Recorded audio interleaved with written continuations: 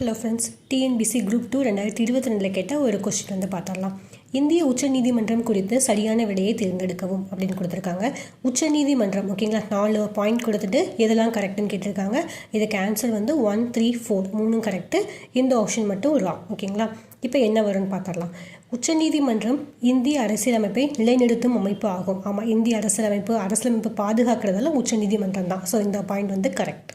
அடுத்து second point வந்து உச்சநீதிமன்றம் நீதிபதிகள் 72 வயது வரை பதவியில் இருப்பர். ஓகேங்களா, உச்சநீதிமன்றத்தோடைய பதவிக்காலம் வந்து 65 வயசு வரைக்கும் தான் அவங்க இருப்பாங்க. ஓகேங்களா, 72 கிடையாது. அதே மாதிரி உயர்நீதிமன்ற நீதிபதிகளுக்கு வந்து 62 வயது வரைக்கும் அவங்களுடைய பதவிக்காலம் வந்து இருக்கும். ஸோ இந்த ஆப்ஷன் தான் ராங். ஓகேங்களா, 65 வயசு, உயர் நீதிமன்றம்னா 62 வயசு. தேர்ட் பாயிண்ட் வந்து இந்திய நீதித்துறை ஒற்றை படிநிலை நீதிமன்ற அமைப்பை கொண்டது. இந்திய நீதித்துறை வந்து ஒரே படிநிலை தான் கொண்டிருக்கும். அடுத்து ஃபோர்த்து பாயிண்ட் வந்து இந்திய உச்சநீதிமன்றம் 1950ஆம் ஆண்டு ஜனவரி மாதம் தொடங்கப்பட்டது.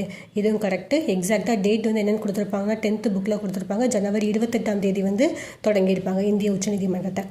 Thank you friends. பிடிச்சிருந்தா லைக் பண்ணுங்கள்.